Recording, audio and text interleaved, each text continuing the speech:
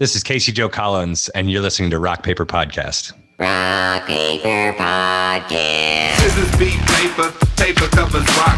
Rock beats scissors, Shane covers non-stop. Never know what new kind of guest that he's got coming at you. Live and direct on the spot. Could be rock, folk, country, or hip-hop, jazz. All kind of folks that he has. Could be an artist or a comedian to make you laugh on the Rock Paper Podcast. double-decker fudge round, rolling round town. Shane coming at you live and direct from ground zero. He's your hero, he's your bestie. Rock Paper Podcast with Shane Presley.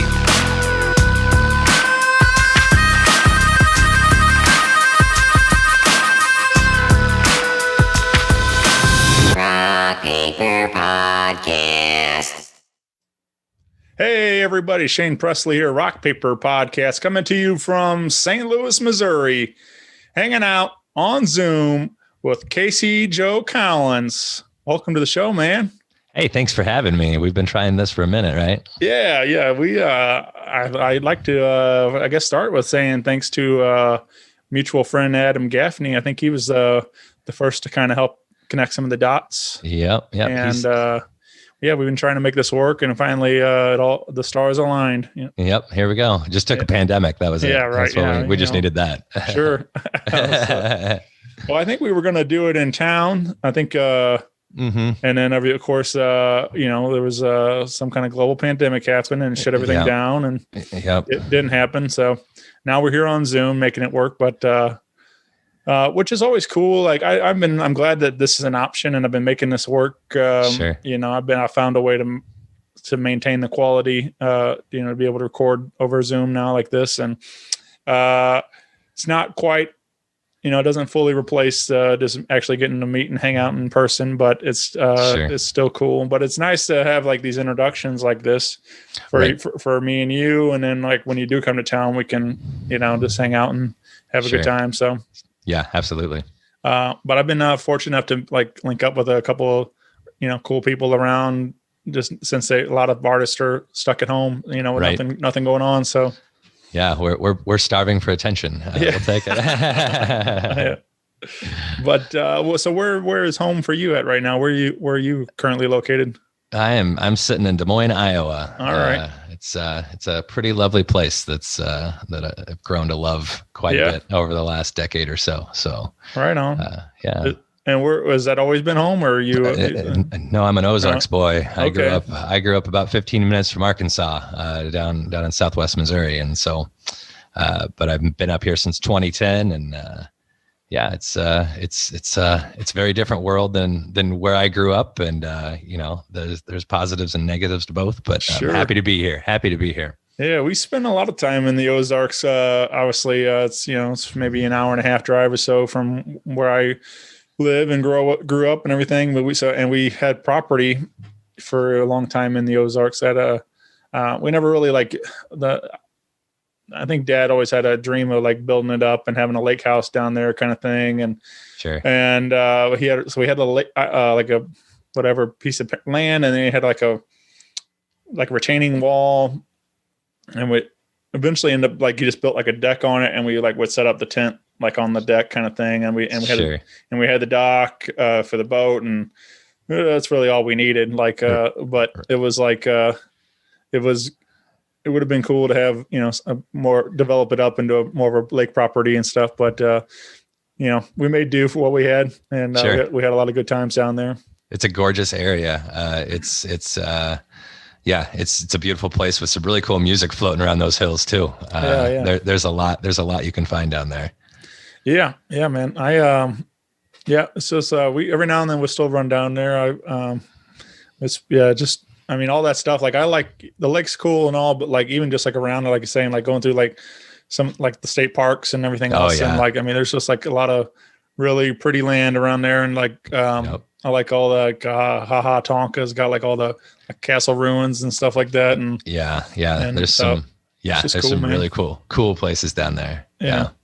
Do you find yourself like being inspired by that? Like, do you like to go out in nature a lot? And I since hitting the road a bit more frequently over the last years, I've tried to make it a point to take some photographs and go spend some time wandering around these places. And that it's super easy for touring to just wind up being a different dive bar every night.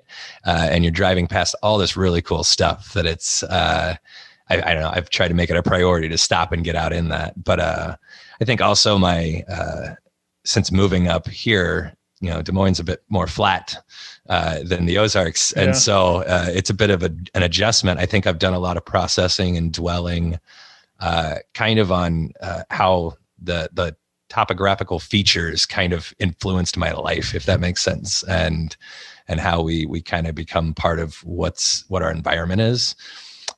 So yeah, that's always been pretty heavy in my songwriting is the Ozarks, and I can blame them for some of the reasons that I act the way I do, because I grew up in the Ozarks. That's right. That's why I don't wear shoes and I can't read. No, I joke.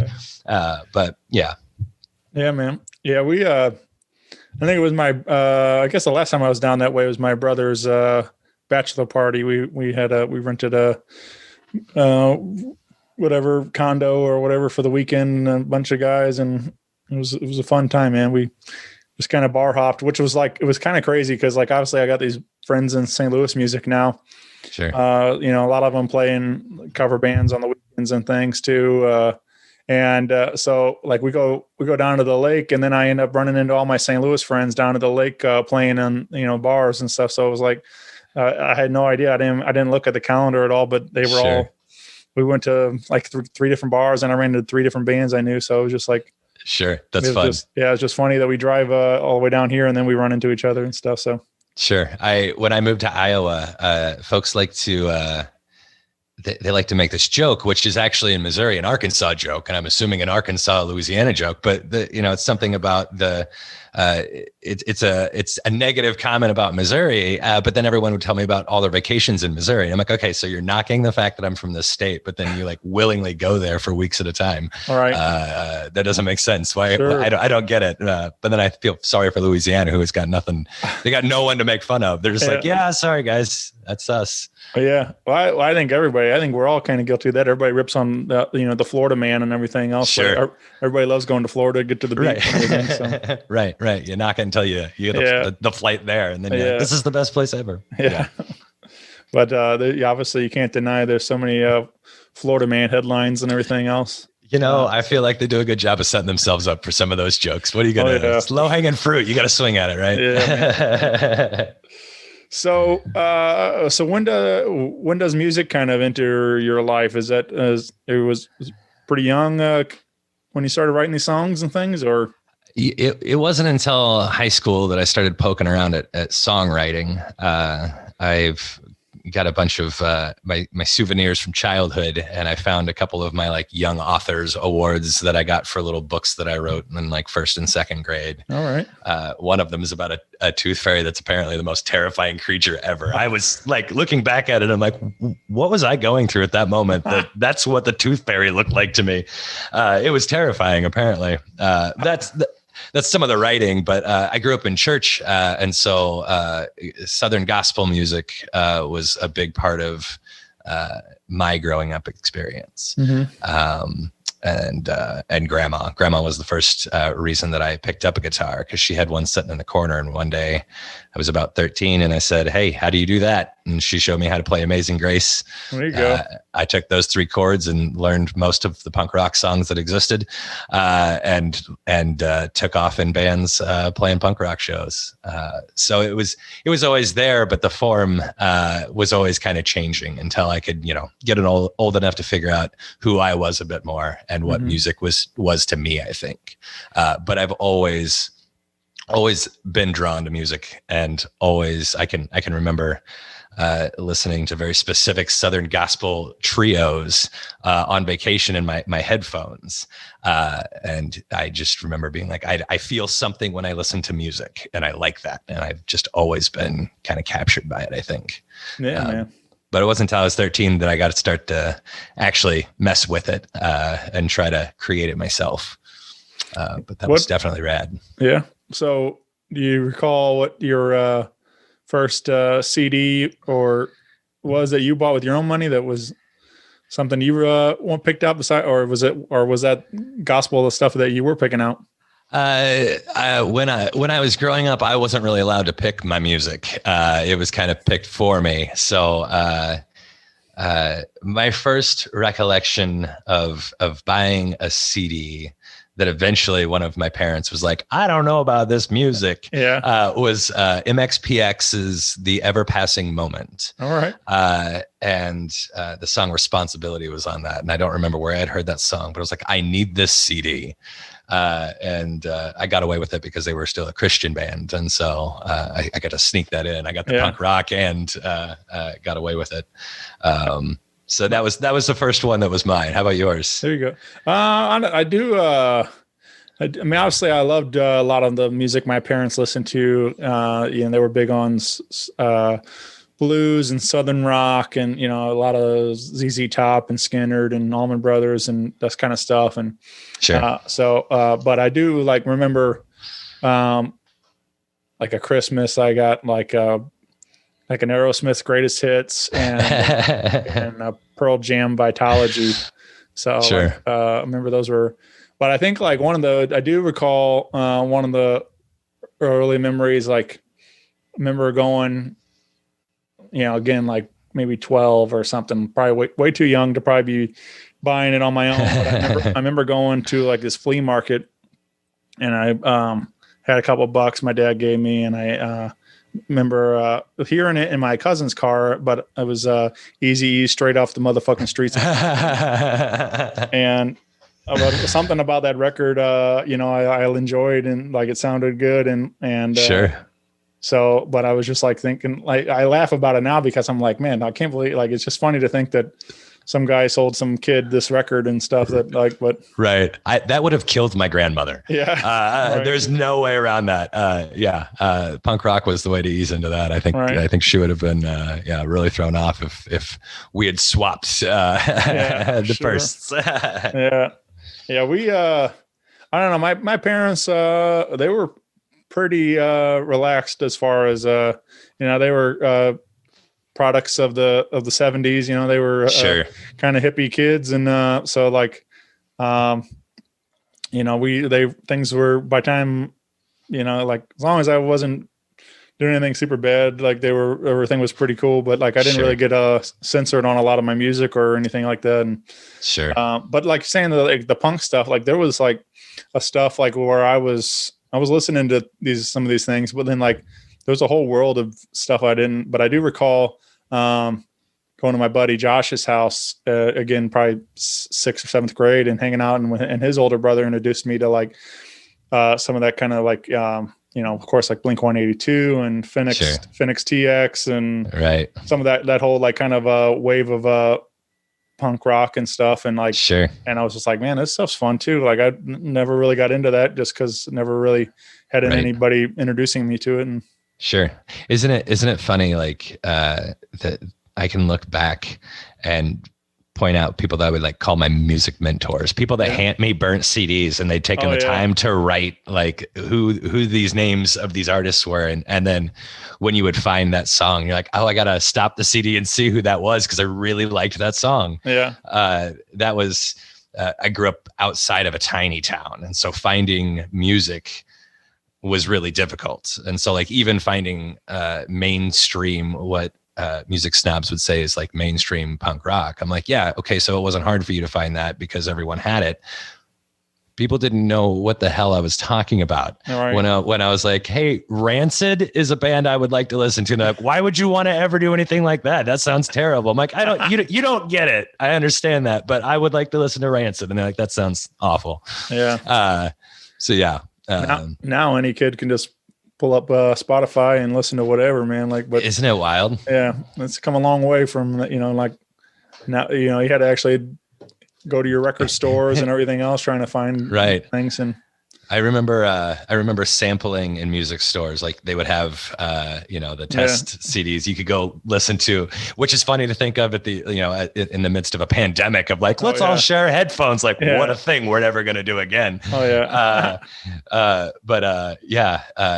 finding music's not always the easiest thing, isn't? But it's like when you find it, though, isn't that why we like grab a hold of it so hard? Sure. I mean, that's like I wish I almost feel like we could go back to some of that because like because it was something that was like really precious at the time. Like this was something that people, especially you buy a record and you spent you invested into it. You spent the time listening to it and studying it and everything,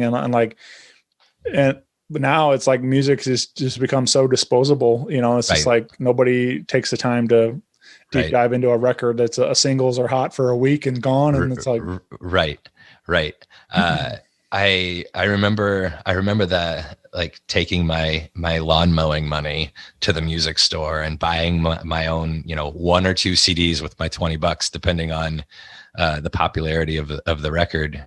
But buying those 2 CDs and listening to them all the way through, front to back. And I still do that with Spotify for the most part. With artists, I think there's a reason you put it in this order. I hope, and so let me do it that justice. And to the point that when I hear a song, if it's on a random shuffle, I'm expecting the next song on the record to come up. And if it doesn't, I'm like, I'm thrown off. But yeah, I think it's a blessing and a curse to have access to all of the music that's ever been recorded, but also it's very overwhelming. Yeah. And are we giving ourselves more and more ADHD with our music of like, oh, you guys should listen to 7 seconds of 300 songs that I love. It's easy to turn into that guy in the car of like, oh, no, you got to hear this one. Yeah. No, now you got to hear this one. It is funny though. I mean, I find myself even saying that kind of stuff. Like I do kind of like fall back into like old favorites just because but it's like when you have endless options, it's hard to make a decision. Like, what do I even want to listen to? Like it's just right. Yeah. It's overwhelming. Yeah. In a good way. Yeah. But man. Let's talk. Well, speaking of records, sure. You did release your debut album now, February 2021. We dropped this new collection of songs, and so obviously, like you're saying, like there's definitely, and I'm with you too, fully. Like I love listening to a record start to finish. Like the same thing. These artists took the time to, some records are more of a concept album or whatever, sure. where the story goes through the whole thing. But either way, even if you just put them in a particular order, I'm going to listen to them in that order and stuff. So, right.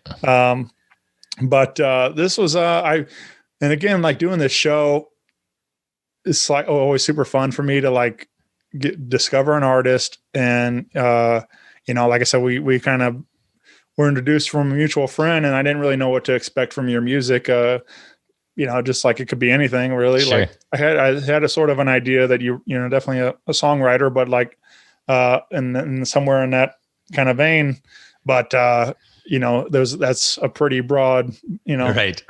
So, but when I clicked play, I was really digging it. Like I was really impressed by this album, and had a lot of fun with it. Listened to it twice today, just kind of getting in the right headspace for our conversation. And sure, so, thank you. It was a lot of fun. And frustration to put together.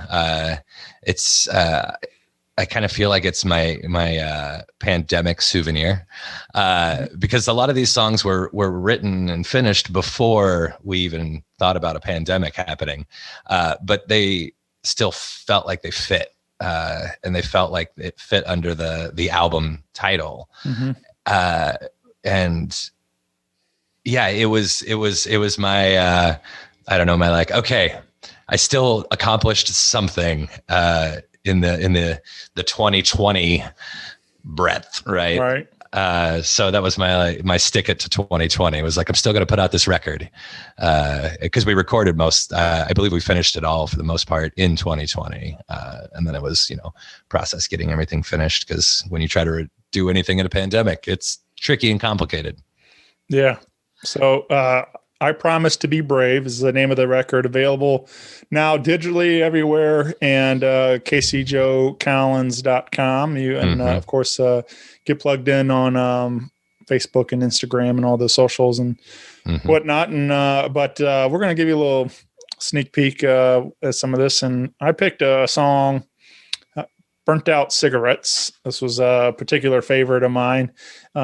Just kind of felt like an Irish folk drinking tune, especially with the clapping. And there's and you'll hear, and like here locally in St. Louis, we have a John D. McGurk's downtown, and it's definitely the pub. It's Sure. And my friends, the Falling Fences, play there every Sunday for like the last 8 years. Nice. And they have like, they do like a lot of cover stuff too. I mean, I think they did Nirvana, sure, like last week or something. But they like Tom Petty or whatever. They just a lot of random stuff. But they have a lot of great originals, and they try to brawl from that Irish folk kind of theme. And like it just feels good, like being in that room. And like I just imagine like when I heard this song for the first time, that's where I went to, that room. Everybody kind of got their pint of Guinness and like sure, just like kind of felt like that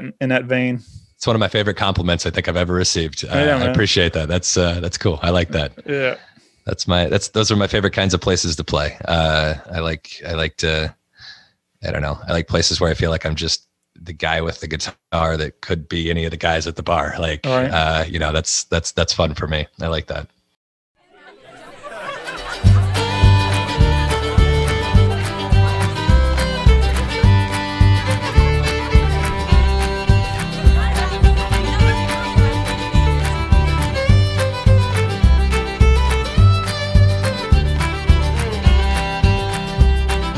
Tell me the 30s now where dreams go to die. Still got a few more songs to sing. I just rattle along like an old freight train, a prodigal son far from home. We're just trying to be more than burn out cigarettes. There's a few more hearts to break at the bar, singing sad songs of no regrets. Tonight we'll drink the stars.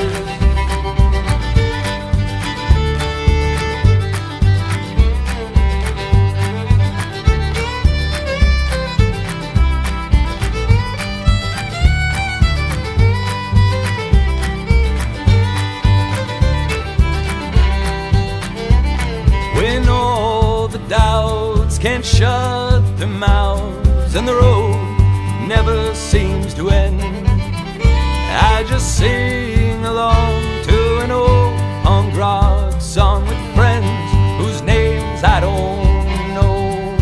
We're just trying to be more than burn out cigarettes. There's a few more hearts to break at the bar, singing sad songs of no regrets. Tonight we'll drink the stars.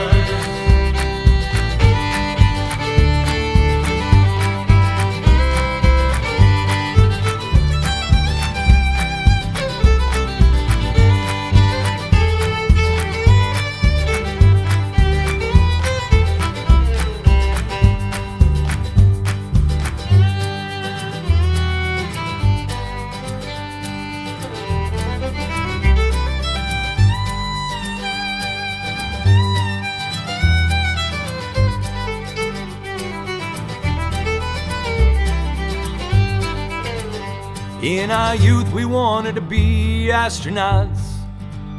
Now our heroes all abuse substances. Maybe there's hope in this for all of us.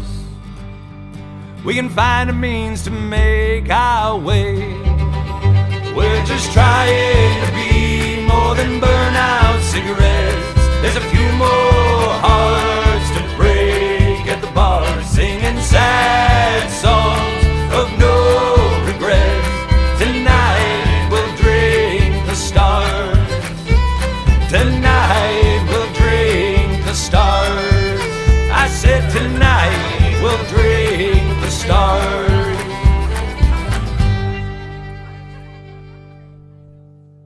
Yeah, man. So this is and of course like the lyrics too, like as like it just resonated with me. Like it, you know, it still has a positive spin on it and stuff, Right. you know? So, but anyway, what would you like to share about this particular track? Sure. I think it felt like it fit the record with the title "I Promise to Be Brave," because I'm glad you pulled that out, because I try to have, even with the saddest stories that I'll write, I want there to be hope, because at the end of the day, I'm able to tell these stories. And some of the stuff that it'll be coming out and that I put out under Mississippi Jake, that was all very personal writing. Even though there's some really sad stories in there, if you wait to the end, like, it's okay.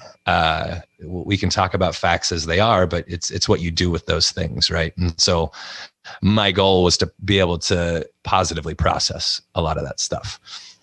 But with the album title, "I Promise to Be Brave," it doesn't specify what being brave looks like, or the right or wrong way to do that, if that makes sense. And so I think that's why that kind of fit in with that one for me. Yeah, man. You and this was cool too, because for the most part, I would say, like, overall, like, a lot of this record is you and guitar. You know, Right. there are some a little more production on some of them, but this one, it was nice to hear that fiddle going in there. Sure. So it was it helped introduce some new sounds to the album and stuff too, and Right. so that was also fun to hear on that track. Sure. That was fun, a fun process. That came from somewhere near LA. We did a bit of computer recording and sending on some of the stuff. Even though we had plans for in studio musicians, we had COVID concerns. And so, you know, there were some folks that needed to, you know, take care of their stuff and not be around anybody else. And that was totally fine. And we had a few folks that came in, and the studio was great about taking very, very, all the precautions that they needed to, and make sure everyone was comfortable and able to create, but also safely. So yeah, it took bravery to make the record with all the things even going on. There you go. Yeah, I think that's cool too, that we have that technology, you know, like even just doing this, but like that you can jam, you know, you can have people Right. anywhere in the world, and they can play on the same song and stuff like that. And Right. there's a cool video that popped up. I don't think it was like, you know, it was before the pandemic, but it was like just like a whole, it was blanking on the song, not what it was, like the band. It was a Levon Helms song, but like it was just cool that like they had like people everywhere, you know, just all over, whatever. Sure. But they were playing, like, you know, they would have like some guy playing like a sitar or something, like, you know, whatever, like their instruments, and playing the song and stuff like that too. Like, so it comes something completely different than what it was written on with an acoustic guitar in the States and stuff. So like, it was very interesting, but it's just cool to see how music can be interpreted all over the world and stuff like that. And right. But they mashed it all together to make this like super compilation of this people jamming on this one song, and sure, really neat.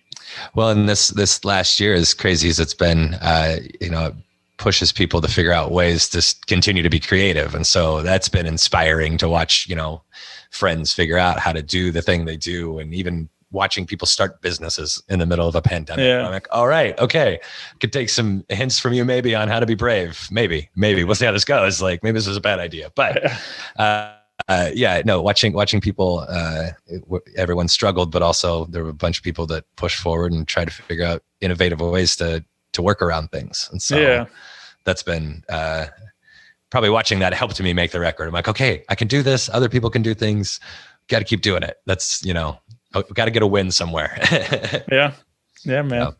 Is there what do you think? Like, I mean, obviously there was several things, I'm sure, but what do you feel like was probably the biggest hurdle of trying to put out a record and during a pandemic and stuff? Scheduling's always complicated. I say I play a lot of solo shows because the second you start adding people, you make your life exponentially more harder in a lot of ways. You throw in 2 schedules and goodness gracious, but also trying to get someone to a studio and everyone safely. That was probably, which is always the hardest part to me, is the scheduling anyway, but that made it significantly more tricky. But everyone worked together really well, and we canceled some time that we wanted to use, and we found some extra time other places, and it all worked out. It was definitely a lesson in patience of just sit back, it'll get done. We're doing the right thing. But definitely scheduling and timing. Yeah, was the hardest part for sure. Yeah, that's just. I'll show you. This is look at my calendar. Like I have to. You're right. I have to color code everything, where I'm supposed to be, what time, and like alarms going off all the time. Like, sure. I mean, like it's probably would lend to make it look like I'm way busier than I am, but it's just like it's just tricky trying to juggle, my stuff, and then I'm also I'm married, so I have to things with the wife also, and all sure. So it's just like you got to try to be everywhere and be right. on time and everything else. So it's like just definitely gets time management's definitely important. So sure. I'm one of my pandemic project, I guess you could call it. I've been for years wanting to start a history podcast. So I've been able to kind of put that together. But as I'm developing that, I have so many email addresses and so many different calendars that are merging that are, I feel for you. Yours is still worse than mine, but I'm approaching your level of spreadsheeted life, but that's okay. I'm just, and I'm still late everywhere, but I still, but I do like to try to at least stay organized and try to, especially doing, booking this podcast and everything else. And right. I also put in all the concerts whenever that's going on. I try to put those in there. So I make sure not to book myself on a night I want to go out to a show, and sure. So things like that. But that makes you're able to enjoy, I think, what you do a bit more, because it's not overwhelming. You've plotted it out and you've planned it out, and I think to some people that looks daunting, and you're like, no, I just know what I'm going to be doing. Right. Those things are happening whether I know about them or not, but knowing about them, it really helps. Sure. No, I appreciate a good organization. Yeah, man. So you let's talk about another track on this. Again, this is all these songs are readily available on Spotify, wherever you're getting your digital music at. You can, but do we have physicals available? Only for the Kickstarters. So that was how we paid for the record. Was we did a Kickstarter campaign, and the only CDs that are made are for the people who recorded it or helped fund the recording. So cool. Partially because I'm a lazy person. I got tired of carrying around CDs that nobody buys until you don't bring them to a show, and then everyone wants to buy a CD from you. And I'm like, okay, I don't want to do that anymore. I'm save a bit of the environment and not just have CDs in my closet. I'll probably do a vinyl release of some upcoming stuff. But trying to figure out better ways to do the business stuff. Yeah. I mean, I get it. Like they take up a lot of room, and then they break and everything else. And it's just true. But like, I enjoy collecting CDs but I also, preferably vinyl when available. Right. It does feel like a lot more people are leaning towards just putting out a vinyl release and stuff. And so, it's cool, man. I like having them. I've just bought the new Lucero record on vinyl the other day, and I try to buy as much as I can, when it's available. So like I said, so it's a really, I do enjoy that vinyl has come back, if nothing else, for the larger album artwork, because it's back to those record store memories of like opening up a CD and flipping through the booklet and seeing who was in the thank yous. Like, oh, this band is friends with other bands I like. That's super cool to me. Right. I do love that aspect until I'm the one that has to carry the product around, and then I become far less of a fan of but I do have my own CD collection. Anytime my friends put out CDs, I try to nab them up. Yeah, man. Well, let's talk about Table Will Build. This is also featured on the album. What comes to mind when you think about this song? Oh, this was kind of a culmination of a lot of frustration. I think watching a lot of people struggle with things that didn't make sense why folks needed to struggle with those things. It seemed like we had some resources that were available that were just not being distributed the right way. And then I think that kept getting pronounced again and again in 2020, in my opinion. But I think it was definitely a social jab, but also trying to find that hope, because I know that there's people out there working really hard to make that the world a bit different in that regard. And so I wanted to leave that, like, it's a frustrating fight, but it's worthy work.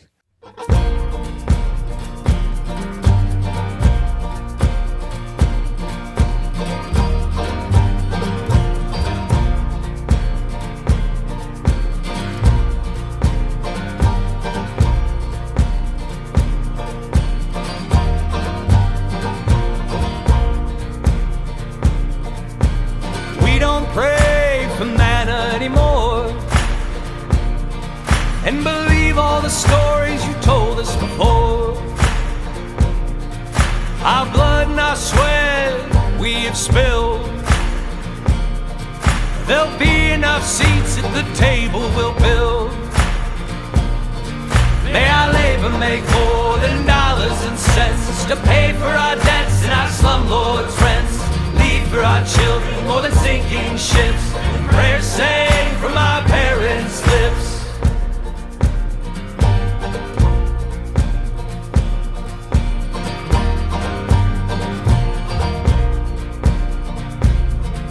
They sold us all second-hand dreams. We drank them all down like snake oil schemes.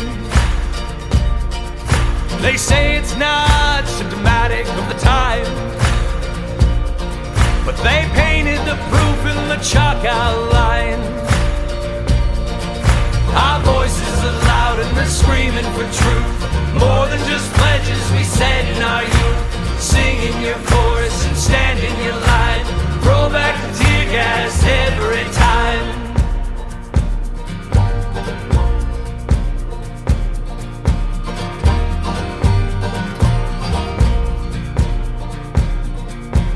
I recommend that you start to roll,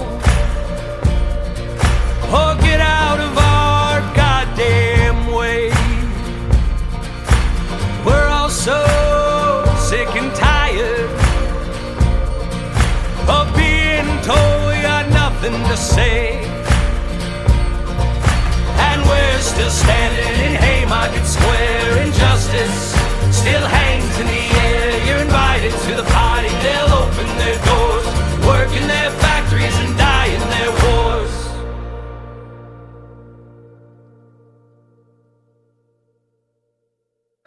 Yeah, I think I don't get too involved with any of this stuff. I mean, obviously everybody has their own opinions on all of it, but it's Sure. but I think it's, especially in 2020, was a particularly rough year, let alone we're all on edge because of a pandemic, but then you had so much of election year, everything else going on too. Like, it was just like it's like a perfect storm of everything happening, and it was just like such a mess. And but I don't know, man. I'm hoping some things are changing, but so it's we'll see. But it never changes as quick as you hope generally. Yeah. But I know it's easy to folks that are working hard to make things better, to feel like you're not getting anywhere. And some of it's also, I think that song is kind of a reminder of like, okay, we've got miles to go, but also we're not where we were. Mm-hmm. So make sure you're celebrating along the way. Give yourself you've done work, right. if that makes sense. So, yeah, but I don't think there's necessarily an end goal other than let's just keep being better.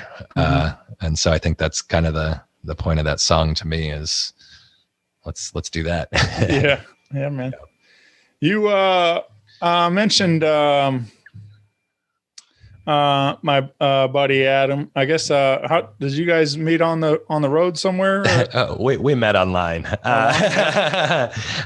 Years back, I was trying to book a show somewhere in St. Louis, and I was trying to find someone local that wanted to hop on. And I'm pretty sure that I just went to Facebook and I typed in Americana musician St. Louis, and like 300 people popped up, and somewhere around 13 or 14 was Adam's. And I was like, let's just reach out to this dude and see if he wants to play a show. Yeah. And that show didn't wind up working out, I don't think.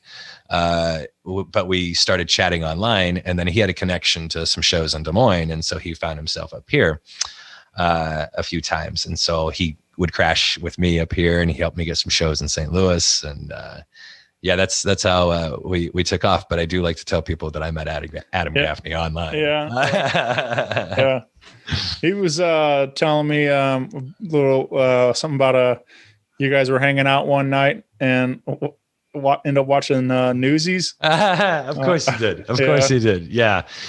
We had perhaps had some alcoholic beverages. Yeah. Just a few. And then I don't for the life of me remember exactly how we got to talking about Newsies, but I had recently gotten on a bit of a Newsies kick. It's a great musical, and started talking about it. And either him or Kendall probably very vaguely seemed interested. And I was like, clearly everybody wants to watch Newsies right now.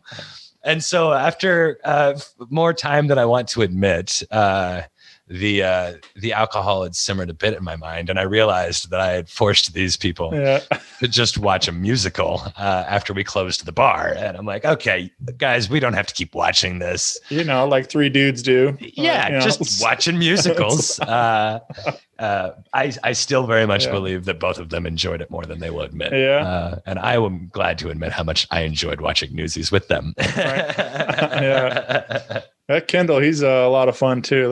He's a hoot. Both those guys are good guys. Super fun. I'm excited to get back on the road and run into them a few places here and there. Yeah. They told me I had them on the show a while back, and they got into some crazy stories of some of the various characters they run into on the road and playing some of the bars they play and stuff like that. But but yeah, I mean, I makes me miss it, man. I wish I could be out there going to these shows, because that's like a huge part of my life. And right. And even though there are some weird nights and you run into some of those people, it's a fun story to share. And so yeah, absolutely. But yeah, man. So hopefully we'll have a Casey Joe Collins show coming to town sometime soon. And I want to do the Songwriter round whenever we I gotta find that worked out. I gotta find a new home, man. We gotta unfortunately with Naked Vine, which was where I hosted the show for nearly 3 years, it was a kind of a casualty of the pandemic and things too. Like he tried to hold on as long as he could. It just it just didn't work out. And I think there's bigger and better things in Brian's future, but unfortunately they had to close their doors. And still a hard loss at the moment for sure. Yeah. So, but I'm find something here. I mean, I haven't really been too active yet in it, I'm still kind of waiting for things to fully open up to where people want to feel comfortable coming out to more shows. And I also don't want to have to do it where, a big part of a live entertainment for me is the social, is the, hanging out, the hugs and high fives and, and I just want to be able to do that stuff and not have to, see everybody behind a mask and seems like a tease, right? So, yeah. I understand that. So I'm like, I know people have been doing some shows and doing these like socially distanced, pods and whatever, these different things like that. And I just want to, do it if I'm going to do it, I want to do it right. And like, so Sure. that's all it is. And it seems like the vaccine's getting around, and it seems like numbers are looking much better. And, it's definitely hard to get, super hopeful, after 2020 about anything. It's a little bit of trepidation. But yeah, I think it's getting there. I think we're getting there, and we get to hug each other again. And I'm pretty excited about hugging all my friends. Yeah, man. Yeah. I didn't think I'd, I love it. I love a good hug but it's just like, something that's like, you didn't think you would have to miss that, it's like until it's taken, you didn't think you'd have to take that for granted that you, but no joke. Yeah. But yeah, man. So I'm looking forward to that for sure. So hopefully, we'll link up here in St. Louis sometime soon and do a show and have a good time. But that'd be great. Yeah, man. Well, you got your guitar there with you. I do. I was thinking maybe it could be cool to do one of these live on the show today. Sure. Do a little beg, borrow, and steal, I think. Yeah.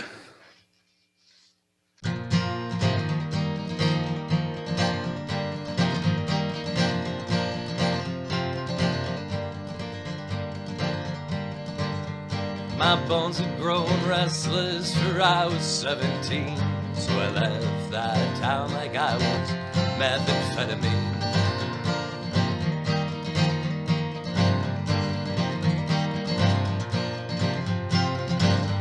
I read a bunch of books about Frank and Jesse James, life on the run, figured I'd do the same. I'll beg and borrow and steal, I'll beg and borrow and steal. I'll beg you for a minute, just a minute of your time, and borrow this moment, a song or a line. Maybe I'll steal it a place in your mind. Won't find me with your nickel or your dime.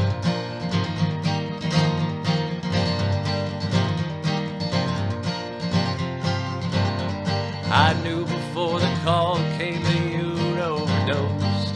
Folks back home call that the Holy Ghost.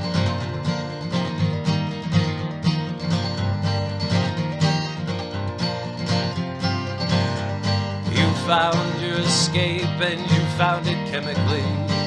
I ran mine down chasing this melody.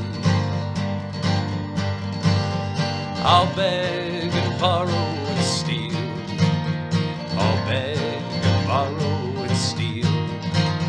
I'll beg you for a minute, just a minute of your time, and borrow this moment, a song or a line.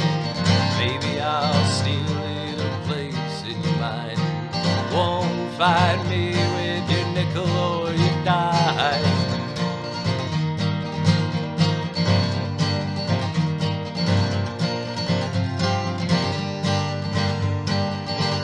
If I fall on my knees, would you pardon my crimes, all my shortcomings, all my slant rhymes?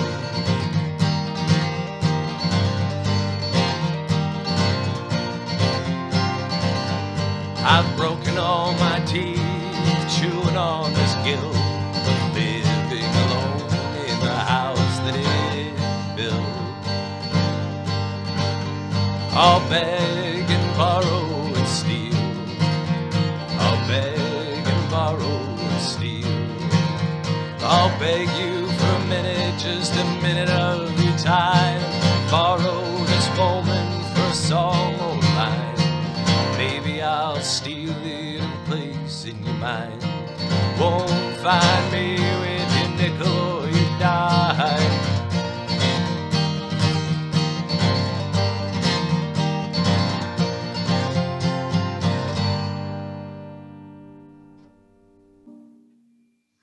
Yeah. Thank you very much. Yeah, man. Sounded real nice. Thank you. I appreciate that. Yeah.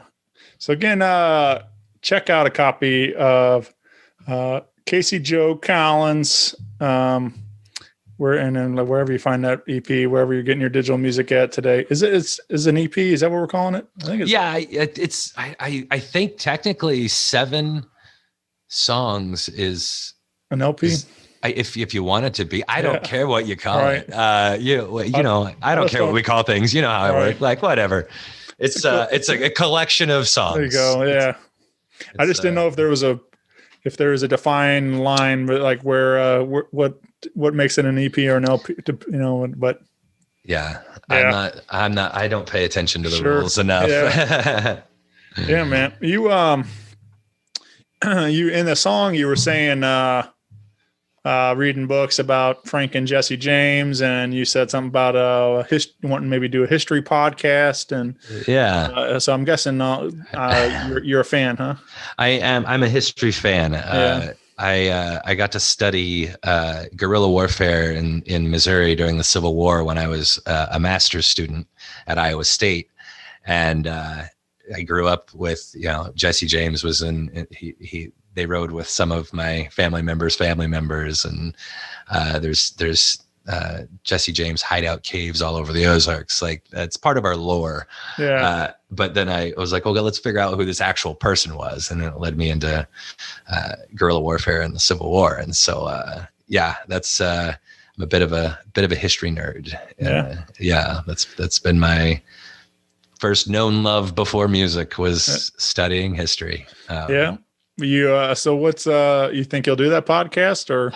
Yeah, it's we might have it launched next month. We've been designing and working out the details and how we're going to run it, but I think we're about there. It should be out this spring. Okay. Maybe all the things, the new things and the old things will all kick up all at once, and I'll just be busy as heck. Yeah. Which is totally fine. I'll take that. Yeah, man. But yeah.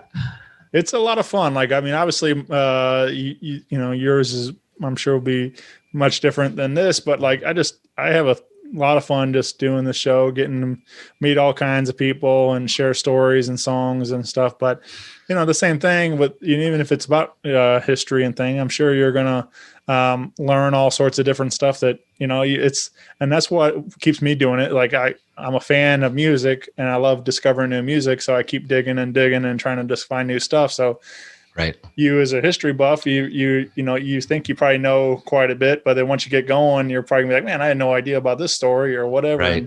Right.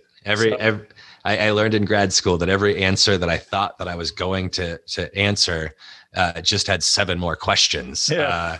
And then I gave up trying to find answers necessarily and just keep having the conversation going about things that I was finding. I didn't quite get my master's degree, and I've had a lot of people that, asked when are you going to go back to college? When are you going to go back and finish that? And then I finally asked myself, I think the correct question, which was, how do I want to teach history? And it's not in academia. It's I want to be able to do it however I want to. So so we decided to call the thing guerrilla history, and it just boldly says we're just going to study history how we want to. Yeah. And give that away for free. Yeah. I had that dream for quite a while. I thought that was going to be my life. I was or like going through high school, like I was like, that was kind of the college plan, was like to go and try to become a high school teacher and coach football and basketball or something, kind of go that route. And sure. I mean, I think still it would be fun, but obviously wasn't in the cards for me. I didn't quite take that career path and stuff, but it was just but I think, I don't know. I don't know necessarily that the teaching part of it is exactly why I wanted, like, it's just like, but I remember being in school and I had so many teachers that were such a huge part of my life. It just as humans, not necessarily because of what I learned in their class, but the life lessons that they taught me and stuff. And I always thought that would be a lot of fun to be that person for somebody else and stuff too. So sure. That's awesome. Yeah. But, so I learned that I can do that in other ways. Also, I can be that person without necessarily being in the classroom or whatever. So Sure. Absolutely.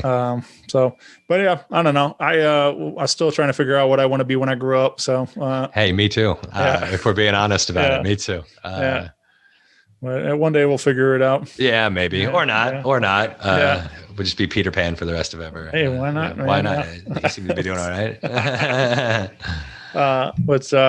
Yeah, you, so obviously, there's a lot of good stories throughout. Like there's some darker stuff throughout this record. Sure. But like I said, like I do like that you do try to put a positive on all of it and stuff. But do you feel like that, you kind of told me off mic, I don't know if you really want to talk much about it, but you were saying that like you were adopted at birth and so like, do you feel like, I mean, obviously things worked out. You're here today. Yeah. But you do you find like some of that stuff like where you wish things were differently, like you would like or something, or do you ever like? I know people wouldn't change a thing. Yeah, right. Yeah. That's how I figure. Like there's stories like people like some people really long to meet their biological families and like they feel like a piece of them is missing and things. Sure. I just watched this crazy documentary. I don't know if you caught it, but and like for me, like it was like really like weird to think about, but like it was called Identical Strangers, and it was 3 triplets, Sure. brothers that the 2 met and they realized that they were twins, and then like the third one's like, hey, you guys look like me, and like they realized. Sure. But I was just like, it was so weird to think about that there was some, they split up these 3 brothers and like and sent them to they were adopted by various families. And sure. But so I was adopted when I was 3, and that's when I became Jake, and then at the age, I'm 33 now. And so at the age of 28, via Facebook, I actually found my biological family. And my brother's actually biological brothers on the way up to see me today. All right. So I reconnected with them. And we've since had a really cool relationship, and it's been interesting figuring that out. And for the first time having biological family in my life, where my brother and I are standing there and I'm like, oh, you look like me right now. Like that's a face I make. Yeah. No, but that never happens with anybody else. Like it's always an impersonation of my face. It's not like that looks like me when you make that face. So, so when I'd gone under Mississippi Jake for years, and I kind of felt like it was a character that I thought I was trying to go after, and then decided I was just me. But I never wanted to use Jake Turner as my like music name. It didn't have a ring to it that I liked. It wasn't there. I wanted to use it for other things too. And then it kind of dawned on me, so let's just use the other name that I had. So yeah, Casey Joe Collins felt like it had a nice little ring, and the story's a bit fun. So it's been fun to give life to kind of the little kid that I never got to be in some ways, and I'm never going to grow up. But that's really cool, man, that you were able, like, and even if it's now as an adult and stuff, but you're just able to have that relationship with them and stuff, and I'll still have your adopted parents and things and stuff. That so you that's kind of that's really cool, man. Like I don't know, like I've never been in that world, but like I just feel like if these are your parents, like you right, you don't know any different, you don't know, like, but right. I do find it like I was obviously watching shows and stuff like where they eventually tell them like, hey, you were adopted and things like, or the birth parents are trying to get involved more and stuff. And like, it definitely can get tricky, but it's nice when it all works out where everybody can get along and everything's great. And right, like I said, you have this relationship with your brother now and stuff too. And right. So I that's just like, that's super cool, man. It's been a wild ride. I decided that after finding my biological family on Facebook, that nothing could surprise me anymore. Like that, nothing else. And then we had a pandemic, so I was a little bit wrong. But it's been a wild ride, but also being able to share that story is when I hear someone else say that it matters to them, or, I've had people that were like, hey, I kind of knew about this biological sibling, but I didn't really want to reach out, but now I kind of want to, inspiring people to, with that story to like, if you reach out, if you want to, like, it's worth a try. It worked out great. Worked out great for me. Right. And so, yeah, not sad about that at all. Right. I think it's, just, you also hear stories like, like people needing kidney donors or whatever, that kind of things like that. Or maybe they develop something that they don't really know. And it turns out like, oh, it's a genetic thing that's been, and it's like, right. So it's nice to at least have some connection to your roots to where, like, at least you can have like, ask some questions if something does come up like that. And like, yes. Like, so, it's anyway, but yeah, man, I'm happy for you. At least, like I said, it's cool that it all worked out. And, it's crazy stuff, man. Like, yeah, the next album, even before I did the name change, was going to be Life and Times of Casey Joe Collins, which is kind of an autobiography. So we'll be unpacking the story a bit more for you too. I'm excited to hear your thoughts on it, but it's been a wild ride. It's been a wild ride.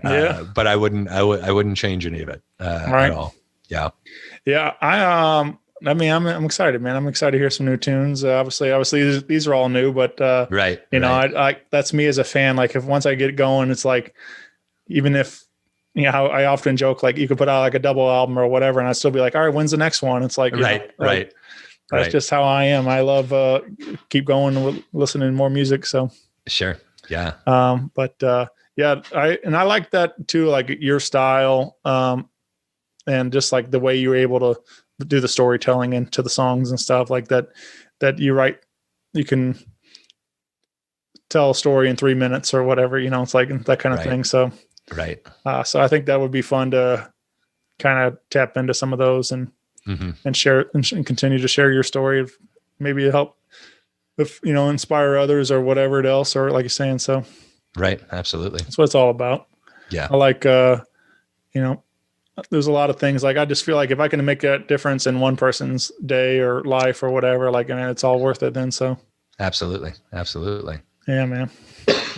You, so again, the website is caseyjoecollins.com, and hopefully we'll, like I said, we'll be out on the road, but do you play quite a bit around the Des Moines area then when you're not on the road? Like, yeah, it goes through waves. Summertime's pretty busy here. We've got a lot of breweries with patios and some cool spots to play. And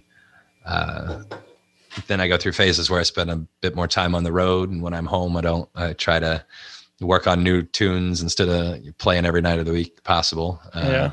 But also you got to figure out how to make the ends meet. So sometimes you got to, play every show possible. And yeah.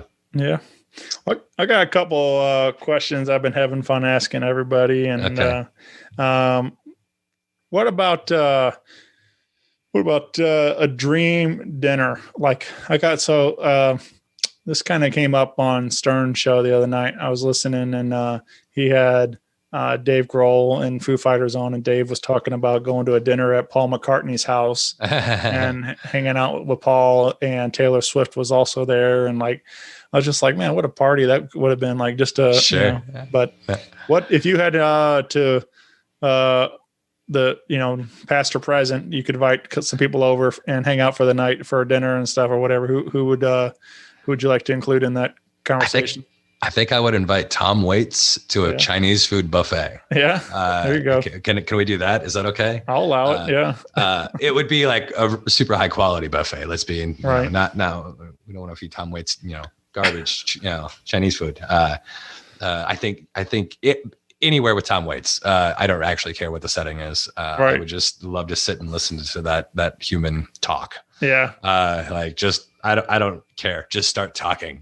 You're not going to disappoint me. I think he's a fascinating human. For sure, man. I agree. I have there's a bunch of variations on it, but I have the Tom Waits for President t-shirt. So it's just, but I'm a fan as well. And he, very interesting guy. Yes. Yeah. But you're not too far off from the voice. You're good. Yeah. He's got about probably 30 more years of smoking on there for you. But right. You're I'm working my way that way. I think probably. You got some gravel in there though. There is some gravel. I blame the dirt road I grew up on more than anything. That's a good question though. I like that. Yeah. It's I don't know, man. I just think about it like, cause especially like some people that I'm, obviously that are gone now but like, it'd just be nice to have those conversations with some of these people that are, especially people that inspired you to even want to be a musician and stuff. So sure. Woody Guthrie would be one for me. I would love to hang out with that guy. Cup of coffee would probably be pretty good. There you go. With him. Yeah. Yeah. You, what's a song that always gets stuck in your head? Or what's the most recent one that's stuck in your head? Oh, that's a good question. There's a, what is the name of that song?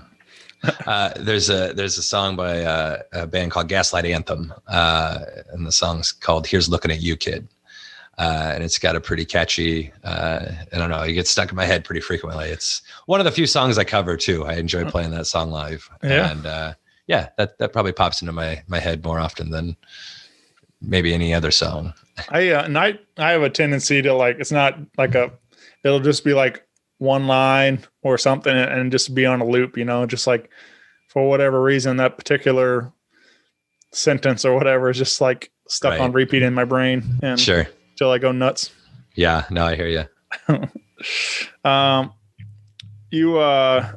right. So we have a Casey Joe Collins action figure.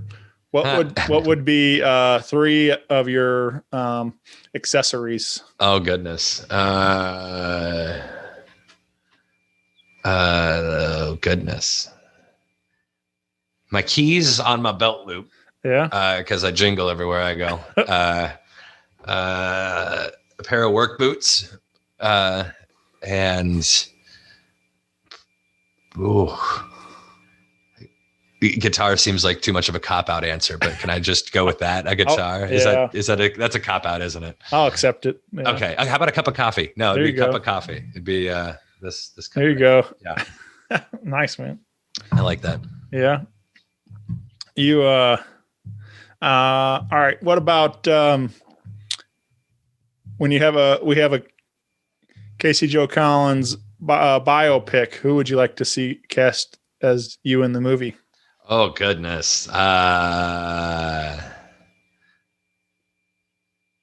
feel like they gotta kind of look like me, right? Though I don't know who I think looks like me. You don't ever get that. Nobody's that unfortunate.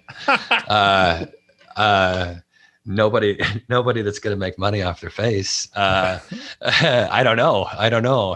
So we'll just go actor quality. How about that? Yeah. I mean, I'll take Leonardo DiCaprio can play me if you want. Sure. That'd be fine. Okay.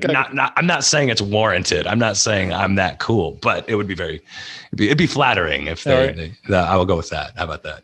Yeah. He's got range. I think he can do about anything. Yeah. I don't think he's ever. Has he ever sang in a movie though? Like, not that I know of. That I know of. What about Daniel Day-Lewis? Very different. That's a very different selection, obviously. Right. But I would take. I don't know.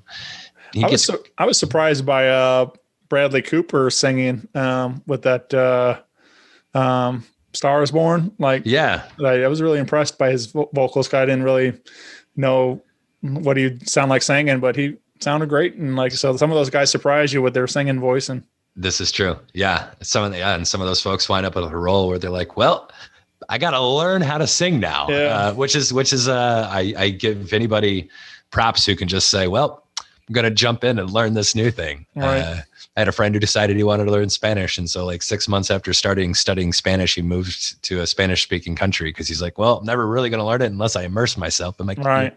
You're insane. But he learned the language very quickly. So, hey, if you're going to do it, right? Sink or swim, right? That's right. Yeah. That's right. Yeah, man. You, what about What's your strangest fear? The front wheel of a bicycle falling off as I'm riding it. It's ruined bicycles for me. I'll be riding around and all of the anxious part of my brain, all it sees is that front tire going off, and then this metal rods just going into the ground and me going over. I have a hard time riding a bike because I'm like, man, obviously that's not going to happen logically. All right. But it could happen. Yeah. So it's just not even fun to ride a bike anymore. Probably that. Yeah. Snakes, but that's an incredibly logical fear in my opinion. That's a pretty common one. Yeah. Yes. Yeah. What about a dream duet or collaboration? Is there somebody you'd love to sing with or write with? Yeah. I would say probably Brian Fallon from Gaslight Anthem would be a fellow that I would like to write with. That would be fun.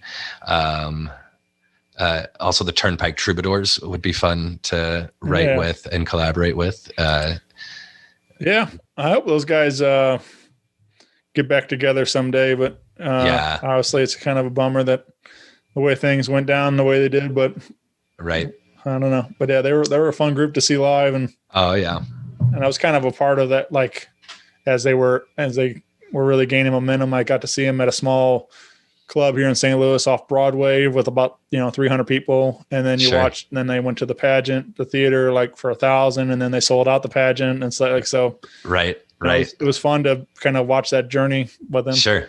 I think that's part of the reason that I've enjoyed Brian Fallon and Gaslight. I got to play a few shows with them years and years ago. And then one day I came home from my night shift job and my roommate's like, hey, look at the music video on TV. And it was Gaslight Anthem. And then all of a sudden they blew up in their own way. And I remember like, well, what the hell did I do wrong? Like, why is my music video not on TV? But it's fun to watch artists, as they get their due, I feel like is kind of how you feel yeah. Sure. I mean, I laugh about like a guy like Chris Stapleton. Everybody's like, overnight sensation type of thing, this guy. But he'd been Steel Drivers. Yeah, he'd been kicking around for a long time and writing all these great songs and for everybody in Nashville. And then like all of a sudden, like he sings with Justin Timberlake at the CMAs and he's a superstar overnight kind of thing. I'm like, right. And everyone says this new person and you're like, right. New to you for sure. But but it's just kind of crazy when things click for that certain artist and then all of a sudden they're on a rocket to the top, man. It's like, so he's, I saw him again with like in a club with like 400 people. And then like when Traveler came out, and then all of a sudden, like the next summer he's doing amphitheaters and stuff. And it's like, it was wild.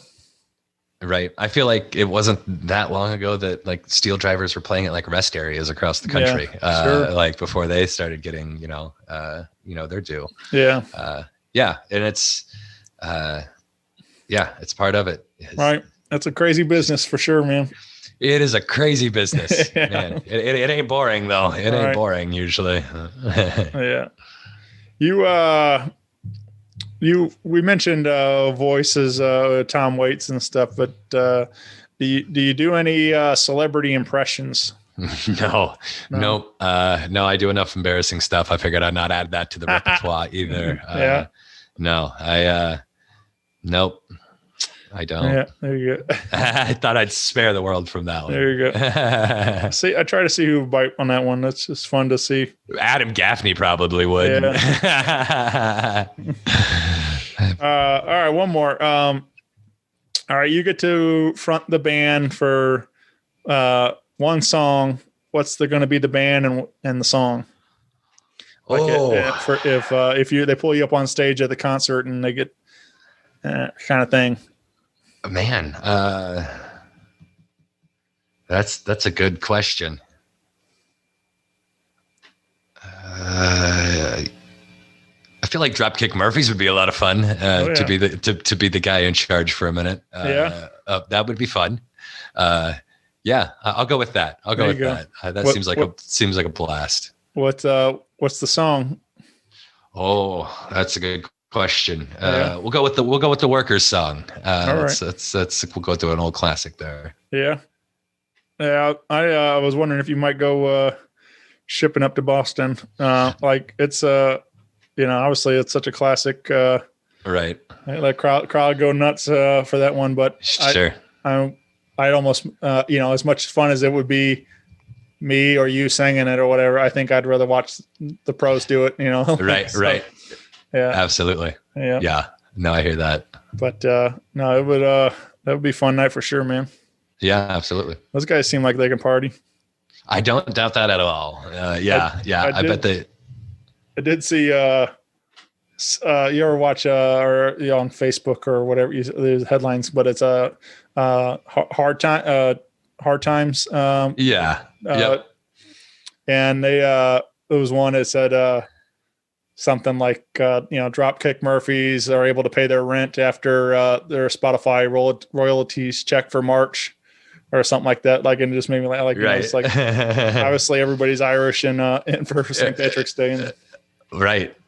Yep. But, that's funny. Yeah, I thought it was pretty fun. I mean, like, some of that stuff they poke at it and you laugh, but it's like, and sometimes it's kind of sad too, but it's still funny. Like, so. Right. Yep. But yeah, but anyway, man, this has been super cool tonight. I'm really glad we made this happen. Me too. Thank you very much for having me.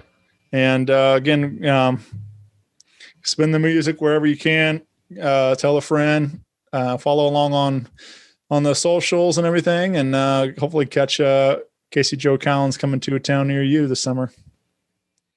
But yeah, man, hopefully get you here in St. Louis, and we'll line up something fun. Hopefully that'll work out, and when everything's opens back up here, hopefully.